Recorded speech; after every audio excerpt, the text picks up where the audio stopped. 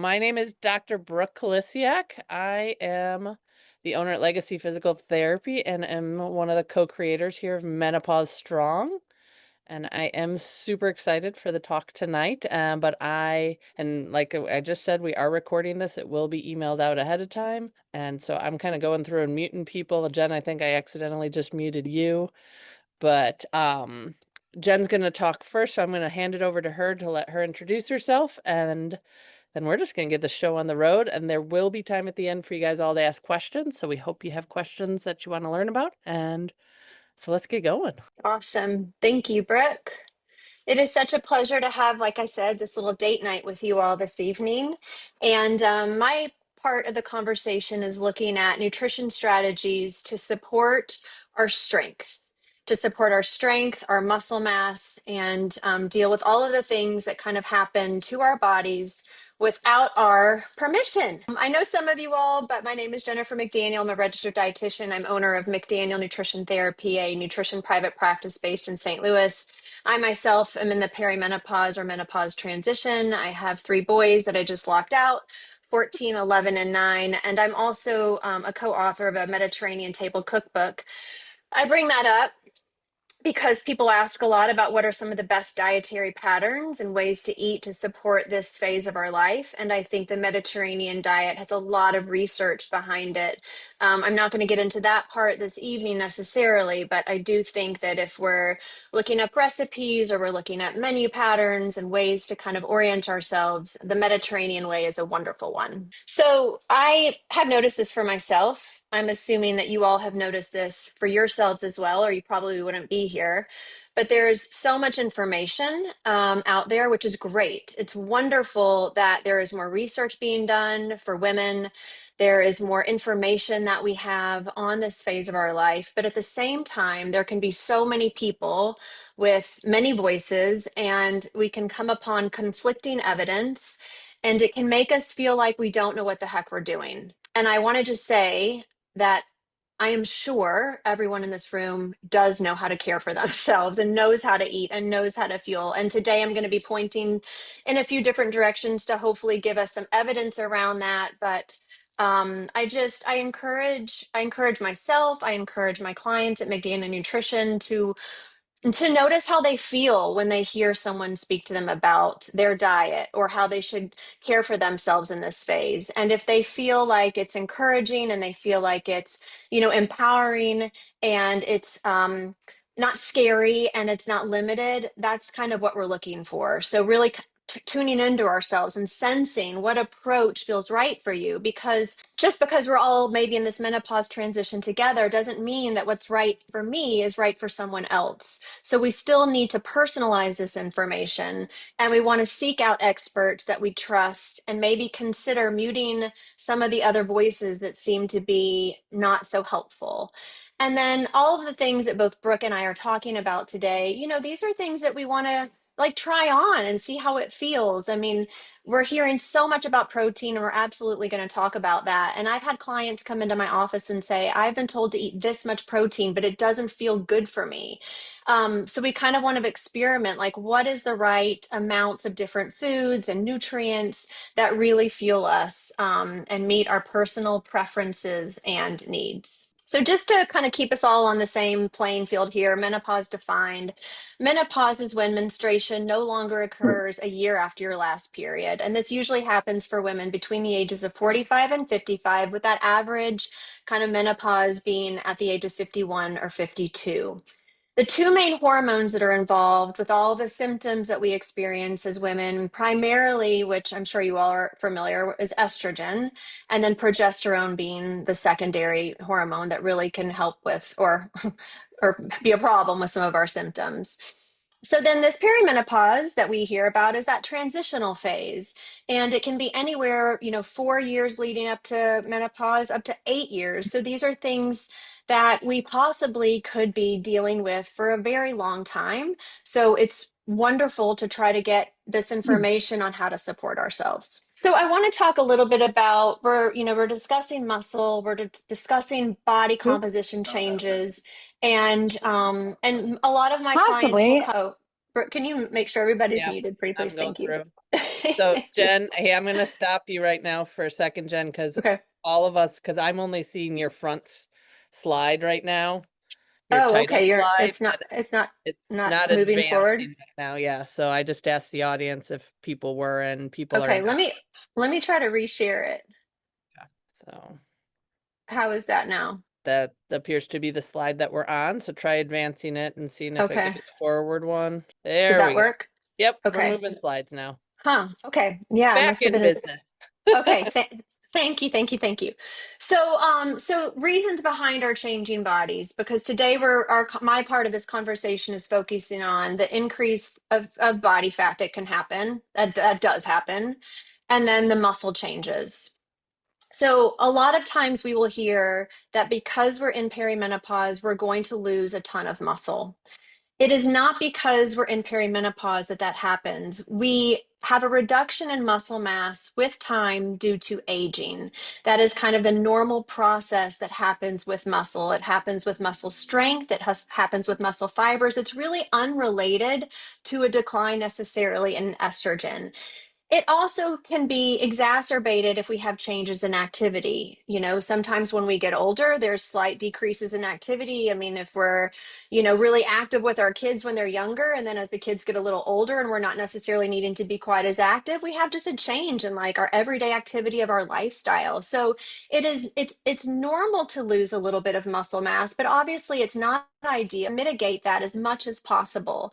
So the average amount of muscle that's lost is about 1% per year, 1% a year for women, which can translate to about 3 to 6 pounds of muscle loss over a 10-year transition. We're going to talk about how we can make sure that we attenuate that and we make it as little muscle loss as possible, and why muscle is so important. Now, when we look at the increase in body fat that happens, especially the body fat that might happen more in the abdominal region, around the visceral fat is around the organs, the average weight gain for women is anywhere between 5 and 15 pounds. And obviously that's very varied all across, different, we all experience different things.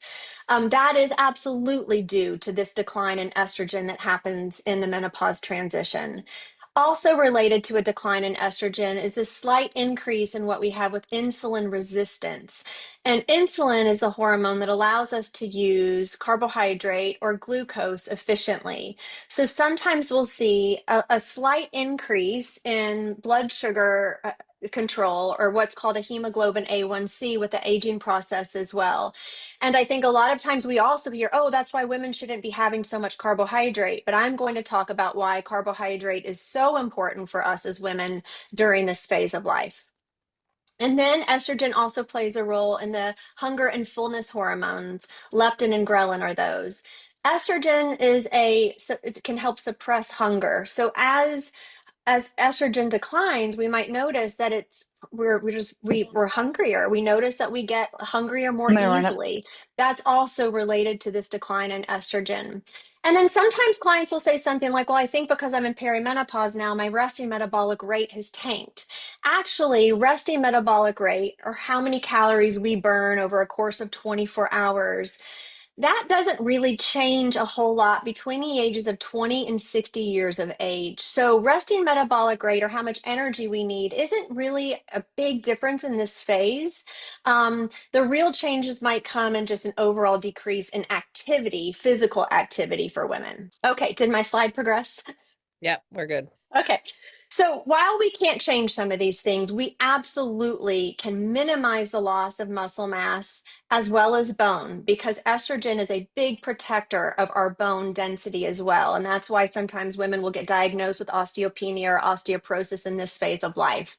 So we really want to eat to support both muscle and bone. We also absolutely can support ourselves with reducing the amount of visceral fat, or the amount of fat that's around our organs.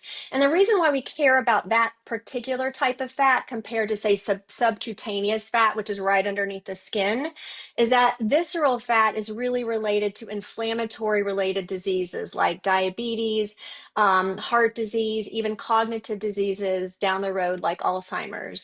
So, Brooke and I both believe in what we consider at Menopause Strong the complete package, being proactive with those professionals that are evidence-based that can support us, focusing on eating nutrient-dense diets like the Mediterranean, doing whatever we can to support our stress so we can sleep well and we can feel good. And then we're also going to talk about the importance of movement. So, muscle mass is everything. I love the word health span. You know, a lot of times we talk about the average lifespan, but the health span is how many years am I living with good health? And that's what we all want. And in order to accomplish that, I am a big advocate on doing what we can to support our muscle. Muscle mass is inversely associated with the risk of death. The more muscle mass we have, the lower rates we have from risk from dying of heart disease. When we have good body composition and good muscle, it's also been associated with fewer hot flashes. And we talked about earlier, good bone health and maintenance of metabolism. You know, the mitochondria in your muscles are really what are your energy factors. That's what helps you to stay at your body weight that you want to be at. It's what helps you to process carbohydrates in the body. So maintaining muscle is really where it's at. And this is why it's so important that we eat enough. This is why it's so important that we don't overly restrict ourselves. And it's so tempting because if we start to notice that our body is putting on more fat and we're feeling like we're gaining weight and we haven't done anything differently, you know, sometimes in reaction to that, so understandably, people will really cut their calories. And the problem with really cutting calories is that you're more likely to lose muscle mass. And we just talked about how important that is. You're more important to be in a really crappy mood. You're more likely to not be able to deal with stress, especially with carbohydrates. What we've seen is that when women really cut back on their carbohydrates, that drives up stress hormones like cortisol. And if the body is in a stressed mode, it absolutely cannot lose weight. So we want to make sure that we're not overly restricting our bodies, especially in the area of carbohydrates, because carbohydrates play a role in keeping our bodies happy, especially hormonally happy. So we need enough. We need enough to be able to support our training. You know, if we're going to be going into the gym and lifting, or not even the gym, even lifting here at home or wherever you're active twice a week, then we want to make sure that we're eating enough to be able to support what you're doing in the gym or what you're doing from a strength training standpoint. I've also seen where people are restricting their calories too much. That will lower your resting metabolic rate. That will lower how many calories you're burning in a day. So we don't want to mess with that metabolism.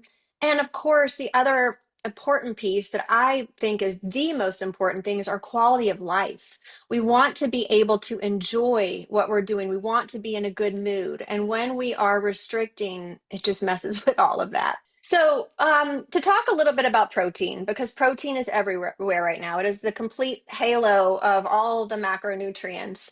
And I have heard, you know, recommendations to eat as much as a gram of protein, one gram of protein per pound of body weight. So that's a pretty easy calculation for all of us. If we somewhat know what our body weight is, that's how much protein some people and experts out there are recommending. That is not necessary. We do not need to eat that much protein to be able to maintain our lean mass. We definitely need to be doing some form of strength training if we want to maintain our lean mass, and then pair that with adequate protein. So I just wanted to use this example. This is a current recommendation, 1.2 to 1.6 grams of protein per kilogram. So to get your weight into kilograms, you need to divide it by like 2.2 and then multiply it times this range. So this is an example for a 160-pound woman. Her weight in kilograms is 73. And then when you multiply that number 73 times 1.2 to 1.6, it's somewhere between 87 and 117 grams of protein. Now, some of you all might be saying, well, that still seems like a lot of protein. And it might be. It might be a lot of protein for you, depending upon what you're currently doing. But if you have a source of protein at every single meal, and maybe a snack, If you remember that vegetables have grams of protein, grains like quinoa and whole wheat pasta and oats have protein too. So it doesn't have to come only from animals. It certainly can be, you can meet, and I'm going to show you an example, your protein needs on plant-based diets as well. And if you need help kind of getting to that number, you can work with a dietitian to see, am I getting that much? How am I getting? We can do nutrition analysis and kind of see where you are, where you are. I think it's helpful for women to have protein at every meal in order to get to the goal. But what we're learning in the protein research world is that if you want to have a whole bunch of protein in one meal, like let's say you make a smoothie and you make it with whatever, liquid like milk or yogurt or something along those lines that has protein. And let's say you have a protein powder in there, you can get that smoothie up to 40 to 50 grams of protein. And then if lunch you only want to have like rice and beans and you get like maybe 5 to 8 grams of protein in that meal, that's okay. It doesn't have to be evenly spread out. What we're learning from the research is that the total is really the most important thing. But it's also satiating to eat protein at meals, and protein kind of fits on a balanced plate. So, why not include it if that's something that you want to do? But I'm going to keep saying this, or Brooke will also say this. The most important thing in maintaining muscle as we age is definitely using the muscle in some form or fashion. Okay, just to give you an example of what 90 grams of protein looks like, this is my carnivore based diet. So for someone who might eat meat, they have eggs in the morning with cheese, kind of like an egg wrap. And I added egg whites in addition to the whole eggs just to give more protein, but not necessarily more fat. As we looked at a little bit earlier, how estrogen drops, we have to pay particular more attention to our heart health. And some of us, depending upon our genetics, and this can be hard to know, might be sensitive to this type of fat and cholesterol in eggs. So I put egg whites there to pump up the protein, but to only have two yolks. Then we have a tuna salad sandwich with some veggies and hummus and an apple for 21 grams, a snack of pistachios and fruit, and then dinner chicken salad rice for a total of 92 grams. So this menu plan's probably like 400 to 500 calories per meal. And when we aim for 20 to 30 grams, that makes a lot of sense. And we can get that total to that 90 number for this particular 160-pound woman. This is my plant-based version, kind of that smoothie that I just gave you that example for. So she has protein powder, some yogurt made with soy milk, fruit, spinach, and flaxseed. Lots of good anti-inflammatory nutrients in that smoothie. A bean burrito, so we can see that meal was quite a bit lower for lunch. Same snack, and then instead of the chicken, we did some tofu, and that was also pretty easy to get to 91 grams with that example. Moving on to supplements outside of some of the macronutrients, I wanted to spend just a second on creatine powder. Creatine is being highly researched more and more for other areas outside of muscle. We're looking at the use of, can creatine be helpful in brain health? Can creatine be helpful in bone health? But the science that we do have that's extremely strong is that creatine can be helpful for power and strength. And power and strength are really the first things that kind of go with muscle contraction with aging. We know that if someone is lifting weights and using some kind of strength training form, it could even be something like Pilates or strength-based yoga, that adding creatine can help to increase muscle mass as well as the recovery piece. So if you are doing, say, 3 sets of weights, having creatine in the system can help you really get to that third set with more effort and better keeping the level of strength high. And then I already spoke to the emerging bone and brain health. And look, to back up, creatine is a natural substance. Your body already makes creatine. It makes about 1 gram of creatine a day. But we also eat creatine naturally as well. If you eat meat, if you eat fish, if you eat chicken, if you eat beef, pork, you're eating creatine. So it's naturally found in animal food or animal proteins as well. Women tend to have lower stores because we tend to have less mass. We tend not to eat as much meat. We tend not to have as much creatine in the body. But supplementing with creatine daily can be a wonderful way to boost the stores of your creatine. And then creatine is like an energy source, right? So when we need energy, we need something called ATP, and creatine helps to give a phosphate to the ATP to always have that energy source. That's kind of how it works. The typical dose of creatine for women is around 5 grams a day. You can also base it upon your body weight. So, kind of taking that weight in kilograms again and multiplying it times zero point 0.1 will give you a bit more of a precise dose for you. The way to take it, sometimes clients will say, well, Jen, do I take it even when I'm not training? If I'm just strength training 2 times a week, do I just take it then? No, you can take it every single day. It's kind of like just any other nutrient. We always want the nutrient accessible when our body needs it. And creatine is it doesn't have any flavor. I mean, I just add mine to my water bottle with a squirt of electrolytes, or you can stir it into yogurt, you can throw it into your smoothie. It has zero flavor. And when you purchase it, you really just want to look for creatine monohydrate. That's the form that it comes in. You don't need anything else. That's just really the only thing that you need. But I'm a big proponent of women and strength, and eating correctly is number one. So if my priority is like, okay, we want to eat right, we want to strength train, those are the two big things.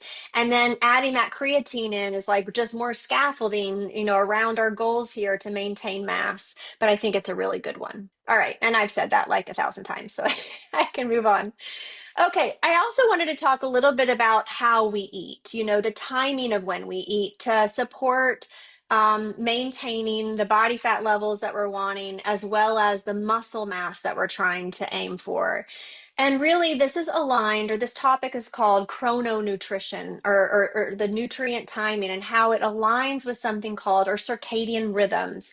And our circadian rhythms are set by the natural light of the day and when we eat.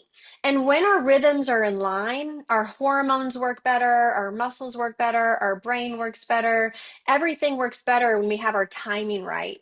And so the research behind this shows that when we eat the majority of our food during the bulk of the daylight, right? So, I mean, it's dark where I am, that to not have the majority of the food come at the end. And this is my little handmade drawing that I have here. So this is kind of the wrong way. So a little bit for breakfast, a little bit more for lunch, a long gap between lunch and dinner. So by the time you get to dinner, you're starving, and then you have a lot, and then you have dessert. That's what that is.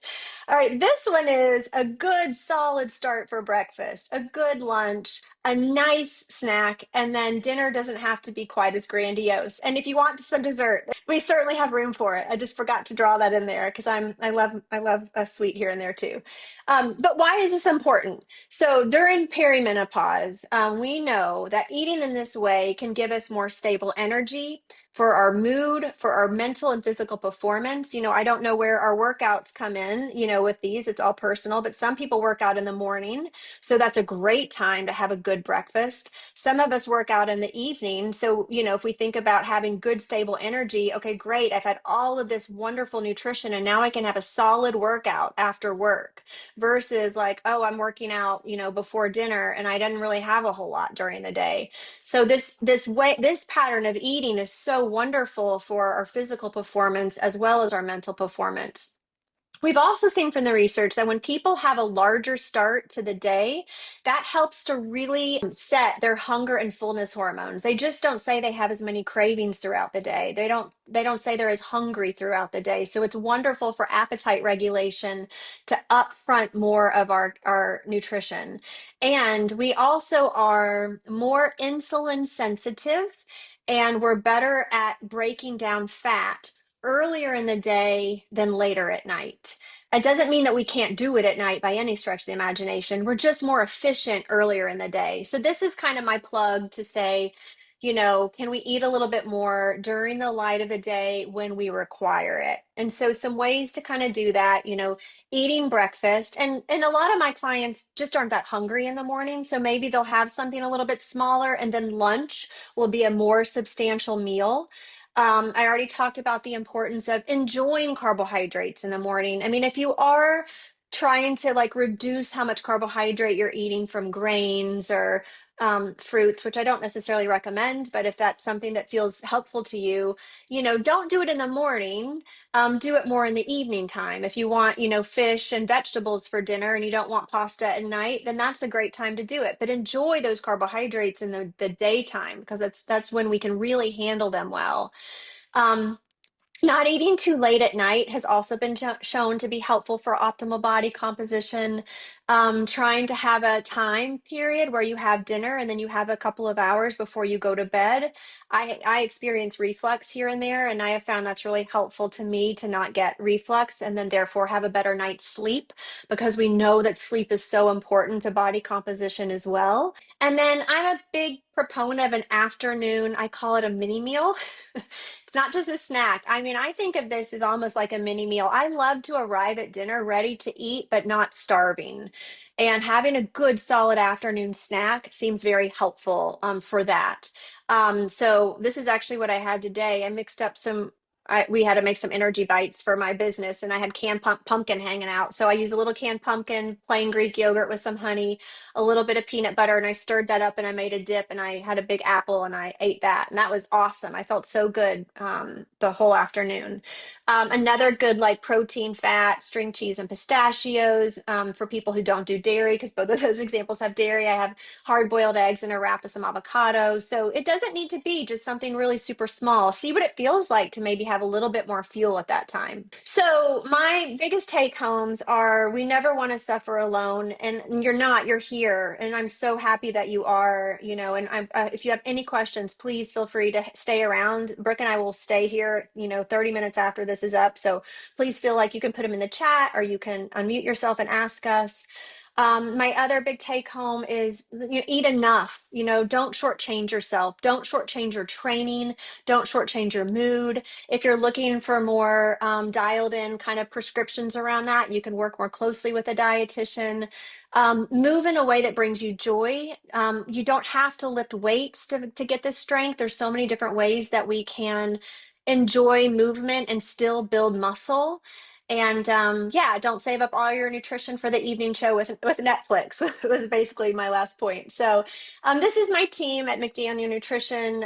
We do one-on-one counseling. We test resting metabolic rate. So if anybody's kind of curious, like wondering if their resting metabolic rate has declined, we have a machine that can test that. We also have genetic testing, and I'm happy to share any reports so you can see like what the heck that looks like.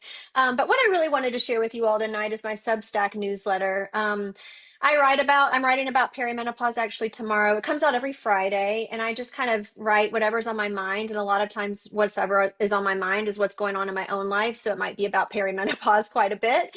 And I have 5 recipes that I share with my clients or anybody that signs up for this newsletter too, just like recipes that I want to try or check out. So that is the end of my part, and I will let Brooke take over. Perfect. I will get my screen up. This moved. Share. So many things. Oh, someone wanted to come in at the same time. And of course it wants to change my browser because, if I hit present. All right. Jen and everyone, can you see my screen? Good. All right. Perfect. All right. So talking, let's see if it lets me go slides forward. Oh, there we go. Gotta love technology sometimes. So I'm moving the talking head further away so that I can see things. There we go. All right. So my name is Dr. Brooke Kalisiak. I'm a pelvic physical therapist with over 20 years of experience, and I own Legacy Physical Therapy here in St. Louis. I'm currently 47. I am also perimenopausal, and I'm a mom of 1 and an empty nester. So I'm working with that transition, 2 years into that and doing all right. And in my free time, I love to read and hike and travel and lift weights. I love lifting. Like I said, I'm the owner at Legacy Physical Therapy. We're a pelvic rehabilitation facility for the past 17 years here in St. Louis, and we have 2 locations in Valley Park and St. Peters, and these are my team here. We have 5 highly skilled pelvic physical therapists on staff, and we are all passionate about pelvic health. So as it relates to menopause, just kind of the quick and down and dirty, that menopause starts when menstruation no longer occurs for a year after your last period. And this involves that decline of estrogen and testosterone. Usually happens between 45 and 55 years of age. I think the average is 52 at this point in time. Perimenopause is that fun period ahead of that when your ovaries are gradually beginning to make less estrogen. And the duration of perimenopause is highly variable. So some women only experience it for a couple months, and some it can last a decade. So thank you, Mother Nature. That's so fun. Average duration is typically around 3 to 4 years, but the symptoms can vary widely among individuals. So we're going to talk about it as it relates to pelvic health. So my objectives tonight are to introduce you guys to the genitourinary syndrome of menopause, or GSM for short. We're going to talk about common pelvic health symptoms of menopause. We're going to talk about how pelvic physical therapy might fit into your team of providers to help you optimize yourself for the menopause transition. And I'm going to give you tips for ways that you can go home tonight and start optimizing your pelvic health.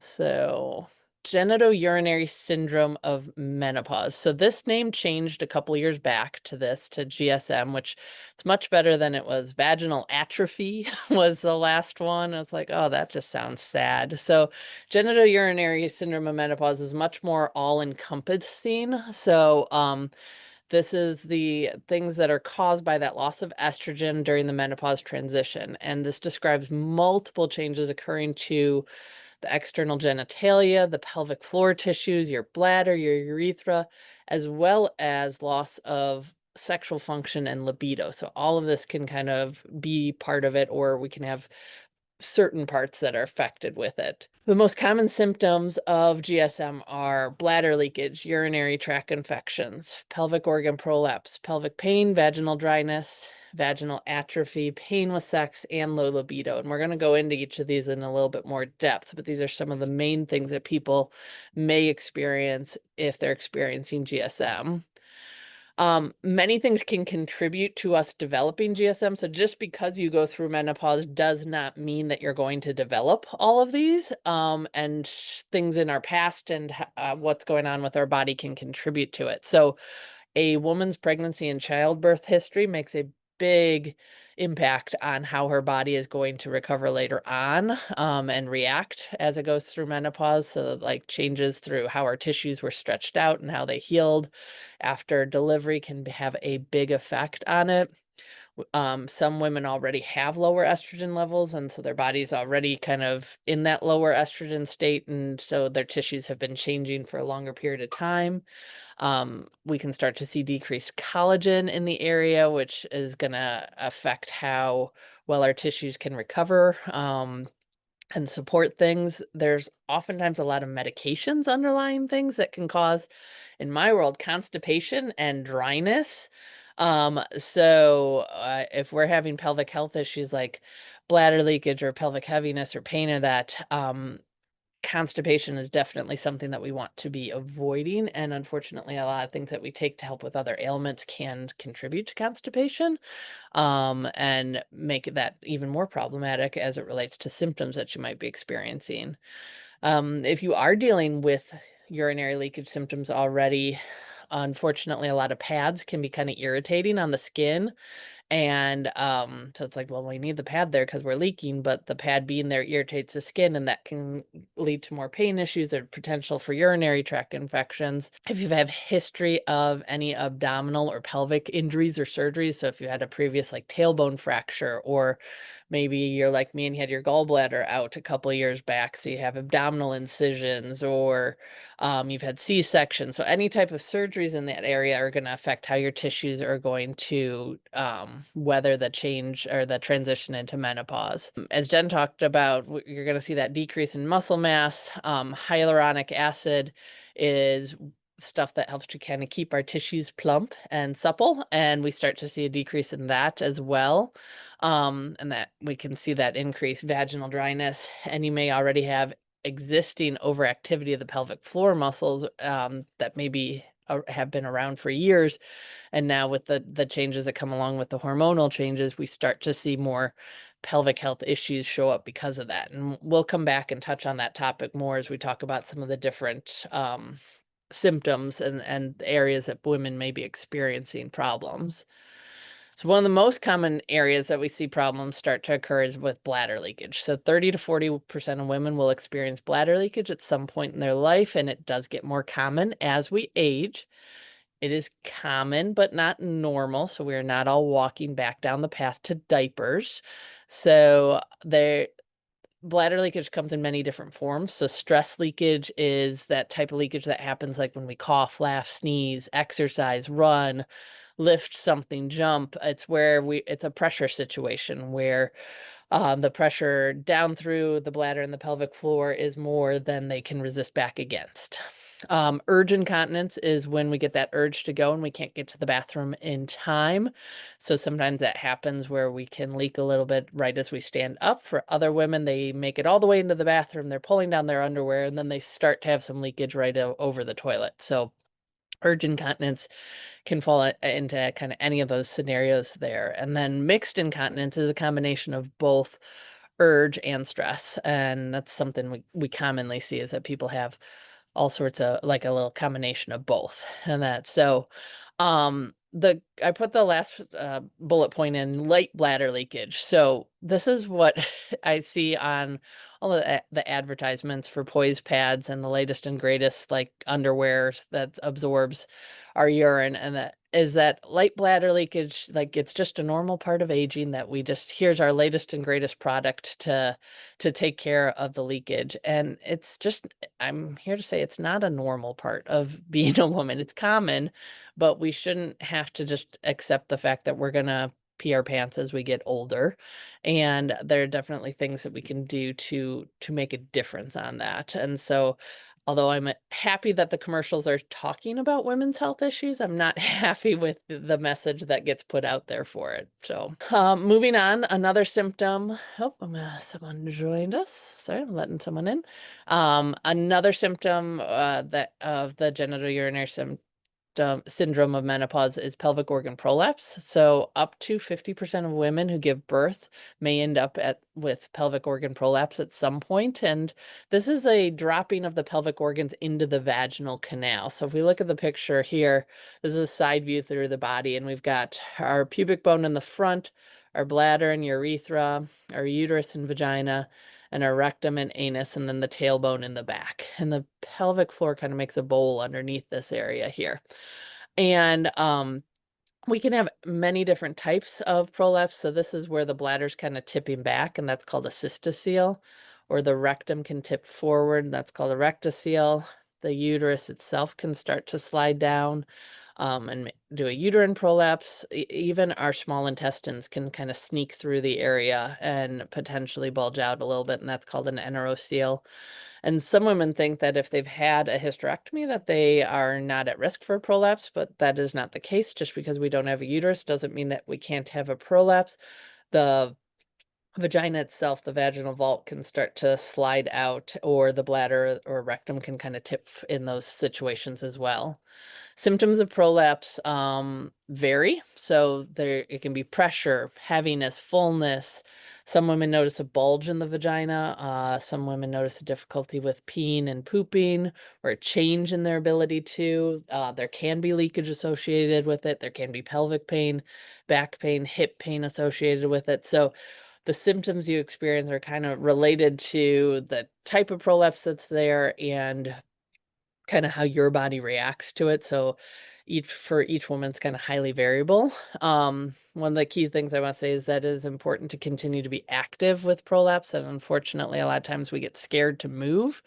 And as Jen talked about in her talk, like, we're designed to move and be active and lift. And so partnering with someone to make sure you feel comfortable doing that and that you can manage your prolapse symptoms so that you can stay active is going to be so important for continuing to keep up with muscle mass, and to help with your bone density, and to help with your overall pelvic health because we want to make sure that the muscles around that area are working together. And we're going to talk about that a little bit more as we move forward. Helps if I hit the right button. There we go. So pelvic pain is another kind of general sort of term where it can describe pain anywhere in the pelvic region. So it might be that you're feeling pain in the vagina or the labia, the lips, maybe down in the really low abdomen or deep in the buttocks or tailbone. It can even be kind of more around the rectum and anus or the sacrum itself. So anything that falls into this area of the body can be considered some level of pelvic pain. Most commonly, we're going to see low back pain kind of associated with it, which is a little bit higher up than just down in the pelvis, but the pelvis and the low back kind of overlap. And low back pain is something that is super commonly experienced by much of the population.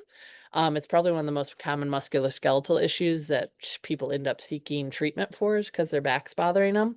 And what some research studies have shown that up to 95% of people who are dealing with low back pain have a pelvic floor component to it. So there can be pelvic issues that if your clinician that you're seeing, your chiropractor, your orthopedic physical therapist, anyone like that you're working with isn't familiar with the pelvic floor as a component of it, you may be missing part of what's contributing to your symptoms. And so I encourage you that if you are working with someone like that and you're not seeing changes in what's going on, that you may need to explore what's going on the pelvic side of things. So vaginal dryness, this is probably one of the most common symptoms of menopause that I hear women talking about. So greater than 50% of women are going to experience it, but unfortunately, only half of women report it. And then on the sad part, only 4% are treating it. And that's on the clinician side of it. A lot of times women are brave enough to bring it up, but even when they do bring it up, their medical practitioner might be like, yeah, normal part of getting older. And so the good news is that there are things you can do to help with this. So it does happen with the decreased estrogen levels and the vaginal tissues become thinner and drier. We lose the vaginal walls have these things called rugae in them, and think of it like a pleated skirt. Our vaginal wall has little like ebbs and folds in it, and that's normal. But as the tissues dry out a little bit, it becomes more like a pencil skirt. We lose those rugae in there, and sometimes this can lead to burning and irritation. It actually can lead to increased chance for urinary tract infections because just with the walls not having the same the rugae in them and the pH in the vaginal canal kind of changes, it can end up leading to the greater chance for infections to happen. And it can also lead to people experiencing more painful sex. And like the most common symptom that I see people describing with it is like they're like, it just feels like sandpaper now. Like when my partner and I try it and something's inserted, it feels like sandpaper. So that's one of the most common ways that I hear women kind of describe dealing with issues here. And people can just keep joining us. So we're talking a lot about things that can go on in the pelvic area, but oftentimes the only thing that women are told about to think about when they think about the pelvic floor area is to do a Kegel exercise. So this picture over here shows the bowl of pelvic floor muscles. So going from our pubic bone in the front to the tailbone in the back and spanning across the two sit bones. This big bowl of muscles, when we contract it, that is a Kegel exercise and it kind of lifts up and into the body. But many people are doing Kegel exercises incorrectly and focus kind of only on the squeeze, and it doesn't it's not functional. So we're doing it while we're kind of sitting and statically, or we're doing it laying down because that's the only place we can feel it. So it really is a situation where we're not using the muscles as they were designed to be used in kind of a functional sense. And for much of the population, it's not uncommon that their pelvic floor muscles are overactive. So it's super common for women to kind of hold a tight sort of tense position and not even realize that they're doing it. It's just kind of their hold pattern. And unfortunately, that can, if we're in that pattern already and you're trying to do some Kegel exercises, you're already getting things that are too tight and tense and trying to tense them up more. And it ends up not being very effective for it. These muscles actually need to relax and let go some before they can contract well and do their job well for us. So just thinking about doing Kegel exercises if you're dealing with any of these issues that we described can actually, for many women, be unfortunately kind of problematic. And this is where pelvic physical therapy might come in, because we are the best at identifying proper pelvic floor muscle function. So we're trained to assess the pelvic floor muscles, how they work as part of our core canister with our diaphragm, with our abdominals, with the pelvic floor, and our back muscles all together. And we can identify what you're doing well and what you're not doing well. And, I joke with my patients, but like, you go see your dentist at least once or twice a year. Honestly, I want you to be as familiar with your pelvic physical therapist as you are with your dentist. But at least, especially when you are noticing any changes in the pelvic area, this is a good time to check in with your pelvic physical therapist to assess what's happening and to come up with an individualized plan for you. Many people are unaware of what's involved with a pelvic assessment or evaluation. And so I just like to show that because these pelvic floor muscles are in an intimate place, the gold standard for assessing them is similar to a gynecological evaluation, where it insert one gloved finger into the vaginal canal, and we're assessing by pressing on the walls of the vagina how these muscles are performing and where they're resting, how well they're contracting and relaxing. And then looking outside the vaginal canal, looking at how the pelvic floor muscles are coordinating together with the diaphragm, as well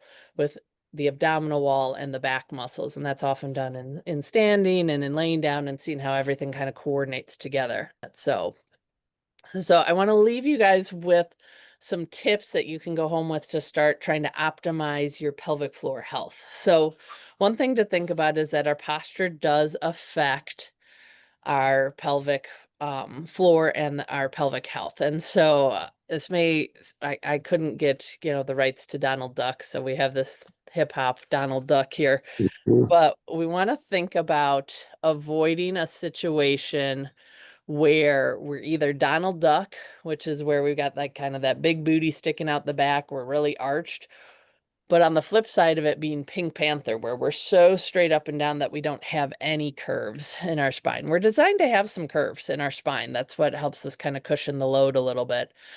So I tell people when we're thinking about posture to think about just standing tall. Like imagine there's a string attached to the top of your head, and that's pulling you up like a puppet and just getting you 2 inches taller. And when you think about it like that, that tends to kind of get you in a generally good kind of alignment overall. There isn't one static position that's best. We're honestly going to be all a little different, and our body's designed to move through a lot of different postures. But we want to think about maybe avoiding the extremes and not spending a ton of time in those various extremes. I already talked about earlier that constipation and straining is not our friend. So things we can do to kind of avoid that is to making sure that we're staying properly hydrated. Jen talked about the importance of including fiber in our diet, and that's equally important for our bowel movements.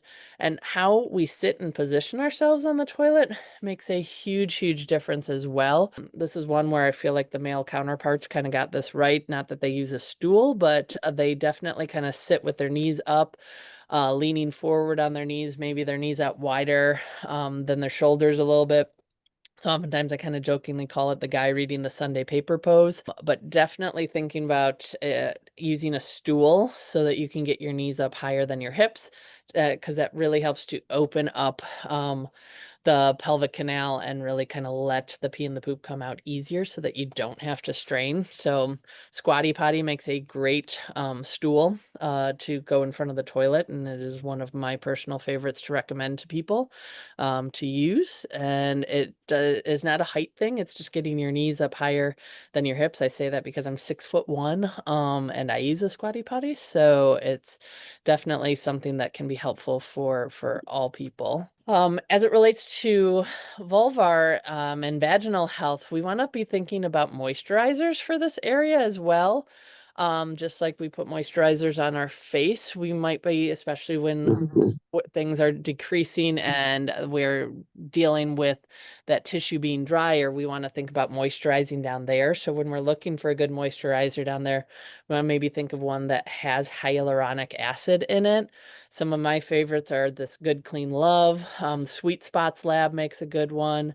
Bonafide Reverie is a suppository that gets inserted into the vaginal canal, but these are all things to help to keep the vulva and the vaginal tissues more supple and to have more moisturizer in them. Related but different, lubricants are our friend for sexual activities. So a lubricant is meant to decrease friction. It is not meant to be something that kind of gets absorbed and is moisturizing. So think about moisturizer. When we put moisturizer on our face, we want it to get absorbed in and to help that tissue be nice and supple. But a lubricant, we don't want it absorbed in, and we wouldn't put it on our face, but we want it to stay on the surface and to just decrease friction between the tissues. So my favorite kind of basic one is Slippery Stuff. It's what we use at the clinic, and is a wonderful, good to use one. This company, Good Clean Love, also does make a good lubricant product. And then this one over here, Foria Wellness, makes a line of lubricants that actually are infused with CBD, which can help with, excuse me, increasing blood flow and kind of muscle relaxation. So for a lot of people, especially if they're dealing with pain in the area, this one can be very helpful for them. I'll preface this last one with the statement that as a pelvic physical therapist, I am not allowed to prescribe hormones, or whether they're vaginal, topical, or oral, you name it. But I do talk about it with people all the time and recommend that patients talk to their physician about the potential use of vaginal estrogen.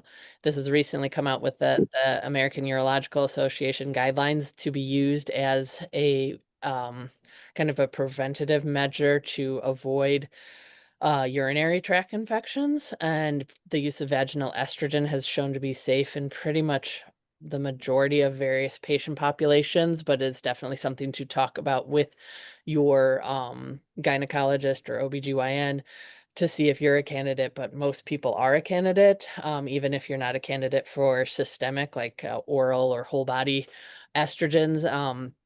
Topical estrogen in the vagina stays very local, and it can help to plump up the tissue and make it more supple and help prevent urinary tract infections, which are the number one thing that tend to lead to land older people in the hospital. So anything we can do to prevent that would be very helpful. So I would recommend having that conversation with your medical provider to see, especially if you're experiencing vaginal dryness and irritation or recurrent UTIs, vaginal estrogen can be very helpful in that situation. Other things that you can do to help optimize your pelvic floor health.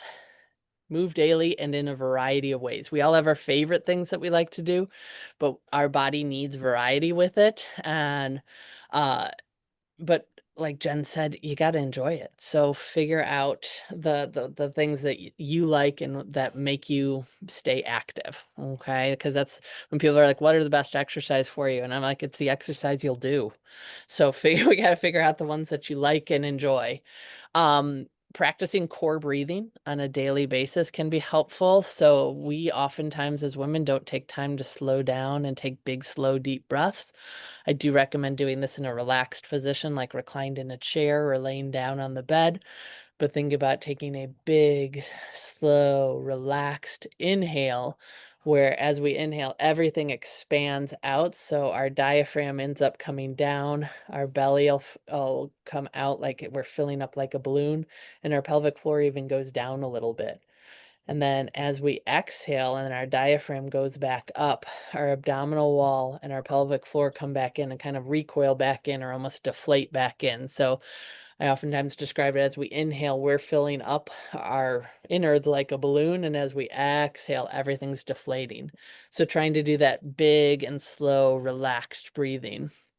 Um, we want to think about working the pelvic floor with the other muscles around the area. So some of my favorite exercises to try and get that to happen are doing squats, and that can start as simply as body weight squats, or doing bridges where you're laying down on your back, 5869. your knees bent up. Oh, I let me. I don't know if I can unmute or mute someone right now, Jen. I don't know if you have the ability to mute or not. But yeah, so doing body weight squats or bridges are a great way to work the muscles around the pelvic floor area to try and make sure that we're integrating the pelvic floor with other muscles around it. Yeah.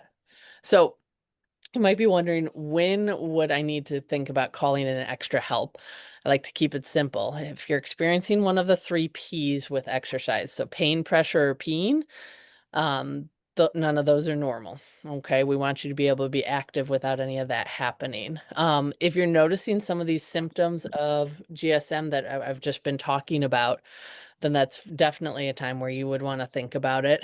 And honestly, you may not be experiencing any symptoms, but you want to make sure you're setting yourself up for the good future, and you know that you're coming into the menopause transition and you just want to get a good baseline. That's 198. oftentimes a good time 5867. let me see if I can try and mute everyone. If you guys aren't on mute, for some reason it's not showing me on my screen. Of course not. So I love technology when it wants to work and when it doesn't. Oh, there we go. Hold on. Do. Sorry for the stoppage here, guys. Just making sure everyone's on mute. Mute. Some mutes. There we go. Cool. I think we should be good. Sorry for the little delay there. Cool. Nope, I've got everything open on my screen now. All right. So if you think that you want to learn a little bit more about pelvic physical therapy and how it may be helpful, as a bonus for attending tonight's Menopause Strong webinar at Legacy Physical Therapy, we'd love to offer you a free 30-minute pelvic health discovery session with one of our pelvic health experts. This can be in person or virtual or over the phone, whatever's best for you. So you just need to reach out to us if that's something you'd like to take advantage of. But Jen and I know that tonight just kind of scratches the surface about all the various topics and how you can optimize your body for it. And when we created this webinar, which we started with first, we realized that we wanted to share so much more information, and we couldn't sit together for 6 hours at a time. So we ended up creating what we call the Menopause Strong course, which is a self-paced guided roadmap through menopause. And so it's got 6 easy to follow video modules. So talking about general pelvic health issues in menopause, how to optimize your pelvic health, what about your sexual health in menopause, how to fuel for menopause, what to do about muscle mass and body composition, and even supporting your sleep quality. So it's chock full of these video modules, and then also these bonus educational guides. So you actually have specific exercise routines for movement during menopause, various pelvic health exercises you can do, specific nutrition to eat for bone health. My personal favorite is Jen's 1-month Mediterranean diet plan, which makes it super easy to kind of eat in that healthful way. And then a list of menopause resources that Jen and I know, like, and trust. Because like she started out this talk, there's so much information out there. We are just one possible source of it, and we want to make sure that if you're learning about this stuff that you want, that you're getting it from good, trusted resources. So it kind of goes through our list of products and podcasts and books that we like, all that kind of stuff, so that you have our resource list at your fingertips. So the Menopause Strong course is something that you can purchase, that once you do purchase, you have lifetime access to it. So it's not anything that you have to watch in a certain period of time. As we go through the Q&A session, I'll throw the link to it in the chat so people can do it or take a look at it. We'll also send it out tomorrow when we send out the recording of tonight's webinar here so that you guys can watch back. But I am at this point in time going to open it up to questions from everyone, and I'm going to stop sharing my screen so I can see people better. So let me see.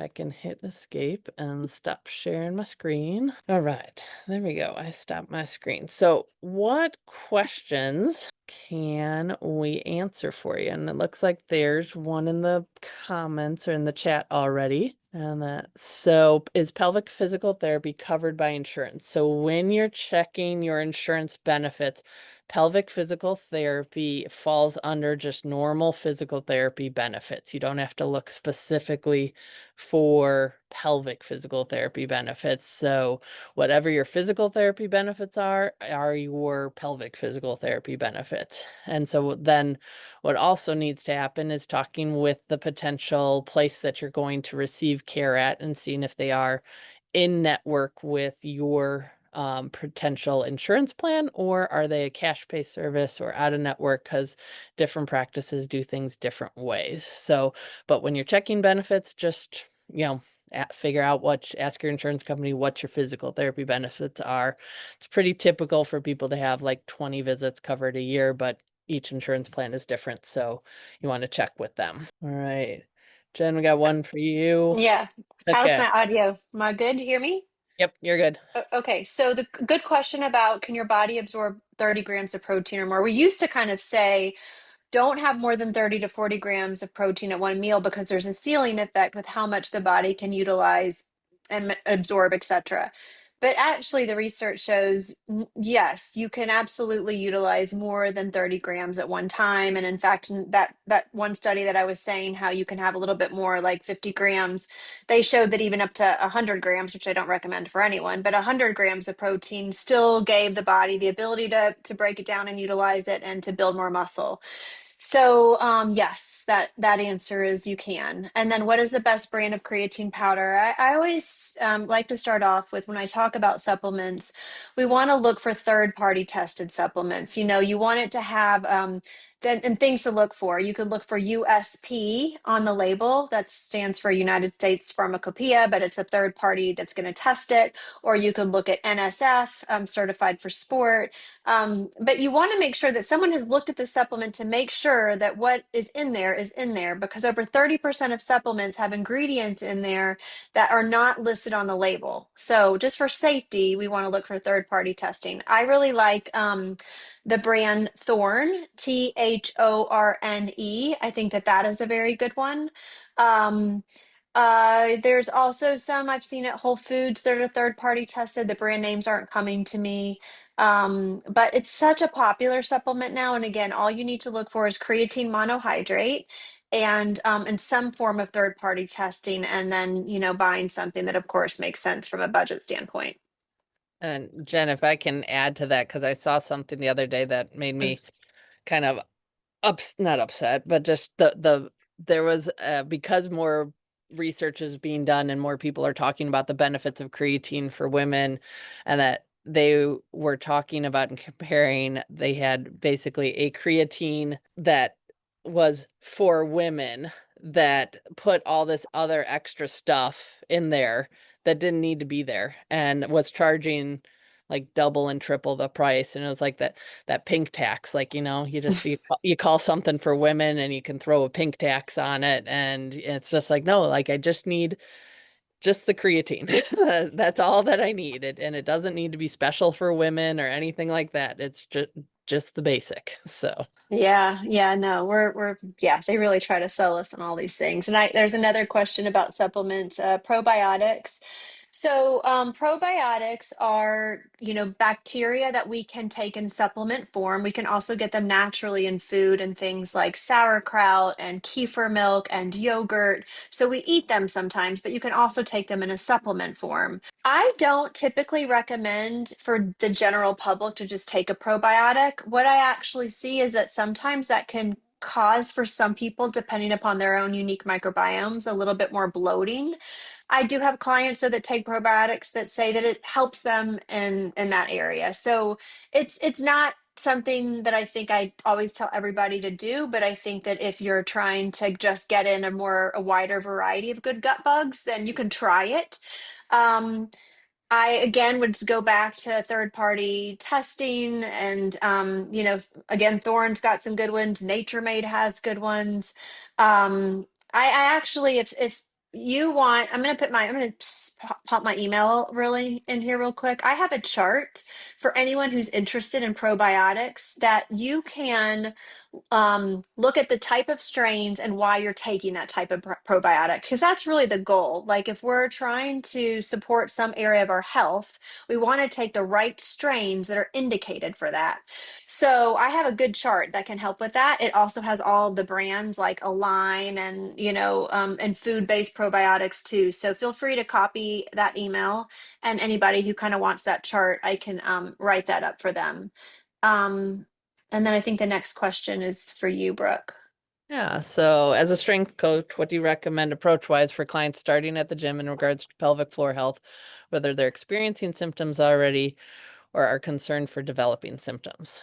Well, that's a whole nother lecture. No, like I could talk for another hour on that, but no, some good basic things that I recommend is to start someone out with trying to exhale with exertion so that they, when like at a couple of slides back in the presentation where I showed how the diaphragm and the belly and the pelvic floor were all working together, unfortunately, too many people hold their breath when they're lifting. And I get that there's a point where you're lifting really heavy where we've got to brace differently to lift heavy. But if we've got someone who's just starting out with lifting and in the gym, exhaling as they exert is a great way to get them to hopefully try and engage their abdominal and their pelvic floor muscles well without even realizing that they're doing it.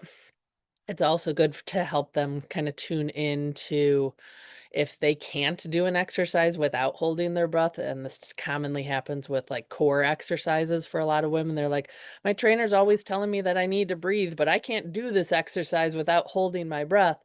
Then they're using pressure to stabilize instead of their deep core muscles in the best way possible. And so they might be needing some modification, or they might have some dysfunction in the core and pelvic floor that's going to prevent them from doing it that way. So it's one of those things where it is highly individualized, but having people exhale with exertion, making sure that they're breathing through their exercises and they're not holding their breath, especially with core exercises, and just making it easy for them to be able to tell you if they are experiencing any symptoms. I know that sounds kind of crazy, but kind of being open with like at the beginning with someone like, hey, I just want to let you know this isn't uncommon. Sometimes women that I've worked with end up telling me about the fact that they're dealing with like heaviness or pressure or pain, or they notice some leakage. That's stuff I want you to tell me about so that we can modify things. And just making it okay from the get-go to tell people for them to feel comfortable telling you about it can go a big way versus someone feeling like, oh, I don't want to talk about it. I'm just going to wear black leggings. I'm not going to tell my trainer that I leak when I do these exercises because she's telling me to do them. So they're probably good exercises. So, making it commonplace that that conversation is okay to have is a great place to start. And then partnering up with pelvic physical therapists in your area to, be a resource for you and your clients is a great option. So hopefully that answered your question, Kelsey. All right, then we're back to you. Okay. So the question was about a form of creatine or a type of creatine called CreaPure. And CreaPure is a product made in Germany. It's made under pharmaceutical grade conditions, so it's highly regulated and tested to make sure that there's no impurities, kind of like what I was talking about earlier. I mean, typically third party, is supposed to help with that, but this third party testing is good manufacturing practice. So it's another third party testing of this particular product. It is one that you're going to know only definitely has this because it's so highly tested, and a lot of people just want to know what's in their supplement, and so they feel really good about that. It's going to be maybe a little bit more expensive. So I don't always tell people that that's the exact one to go out and buy, but I definitely think it's a great choice. Especially if you're worried about contaminants, this would be one that, like, if I was going to have a competitive athlete who might be drug tested, I would have them buy Creapure because we would know that it's completely safe and there's no worry about contaminants. For the average individual, as long as it's a high quality supplement, I don't say go ahead and spend the extra, I think it's maybe, I don't know, $5, $10 more expensive than what you would buy as a creatine product. That's about all I know about it. I'm sure there's probably more, but that's kind of my baseline knowledge on the Creapure. Awesome. I had never heard of that one. Learned something new every time. Good questions from our Yeah. very educated audience. Yeah. Any other questions that we can answer while you guys have us here live? We're happy to answer them. You'll have our contact information tomorrow when I send out the replay of this. So if you do have questions that pop up later, if you're like me, it's usually about 2 to 3 hours after I watch something that I was like, oh yeah, I wanted to ask him this. So you can definitely reach out to Jen and I and email us back with questions that you may have, and we're happy to try and answer them.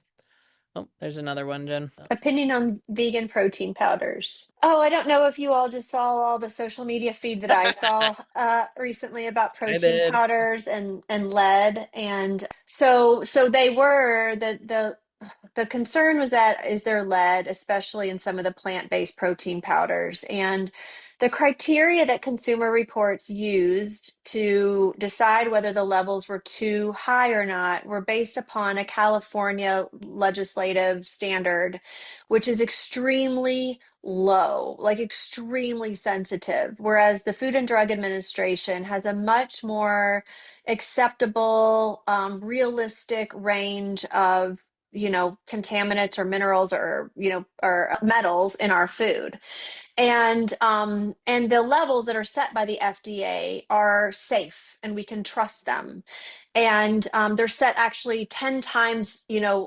higher at an acceptable rate than what might be dangerous. So I have no concern about protein powders. I think that we should always do a food first approach and have powders be a supplement to the diet. I don't want my clients having protein powder at every meal, but I think if they want one smoothie as part of their day, they don't need to worry about a contaminant in their protein powder as long as it's a high quality product.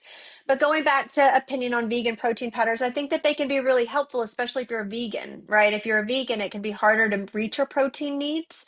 So to have a plant-based protein powder could be something very helpful for you. Sometimes they might be also a little bit higher in fiber. Like I like a product called Kachaba. It's got some carbohydrate, and it's got pre and probiotics in it. It's got more stuff in it. So, we also want to see how do we tolerate it as well. But yeah, I think that those are a great option. Again, food first always, but they can be helpful. Okay, and then how many grams of fiber per day? I recommend for women a minimum of 25 grams of fiber per day. Many of my clients go above and beyond that number, but some people are more sensitive to amounts and types of fiber in the diet. And with estrogen changes, that does affect our microbiome. It's really interesting. Some people have more kind of IBS-like symptoms in perimenopause, and so we really have to work on which fibers are right for them, how much.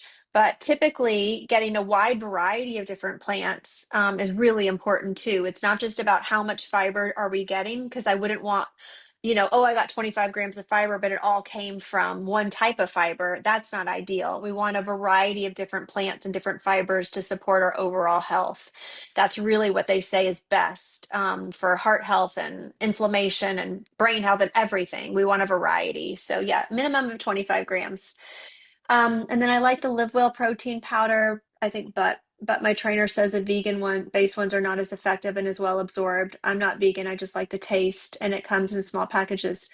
Yeah, I think that's great. I think it's all about what you enjoy, and because you can get complete proteins in meat. You get tons of protein and great amounts of protein in chicken and fish and beef. So if you like for your protein powder for that to be vegan, that's fine. Now, if we're looking at like trying to get in the right amino acids for recovery, and she's wanting you to like use this protein powder to be able to really be effective with recovery and building muscle, then whey protein is going to be typically the most effective because it has an amino acid in there called leucine, which is like the key amino acid that we need for muscle anabolism or muscle growth. So if it's more of like bang for your buck, then maybe a whey protein is going to be better. But at the same time, if you don't like the taste of it, nothing, that's not going to work. So you want to go with the one that, you know, is most acceptable by you. Oh, do you want to answer that one, Brooke? The weighted vest for bone health?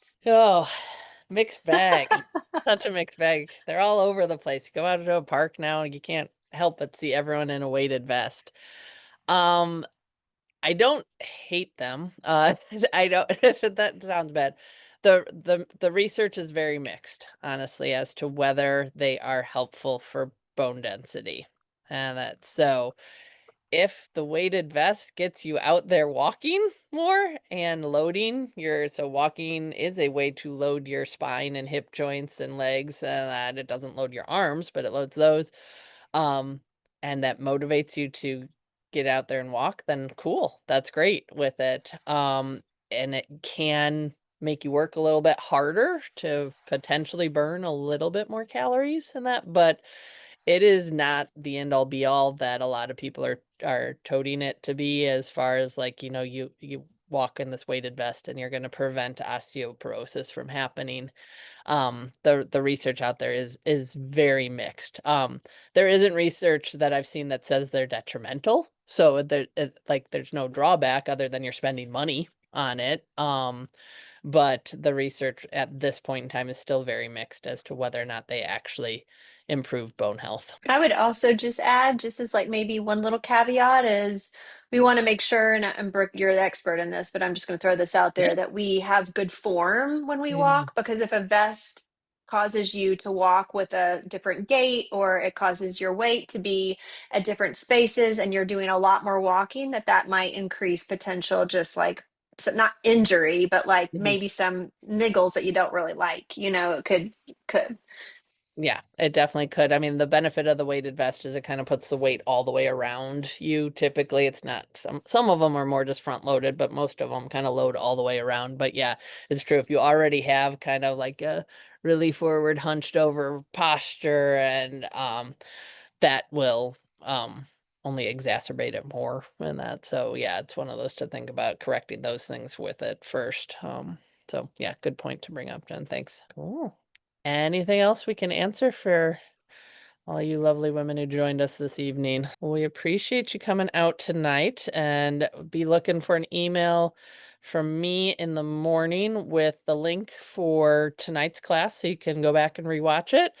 And with more information about our Menopause Strong course, if you want to do a deep dive into really optimizing your body for menopause, then that's out there for you as well. And if you have questions that come up later, please reach out to Jen and I, and we're happy to answer them. I love it, Megan.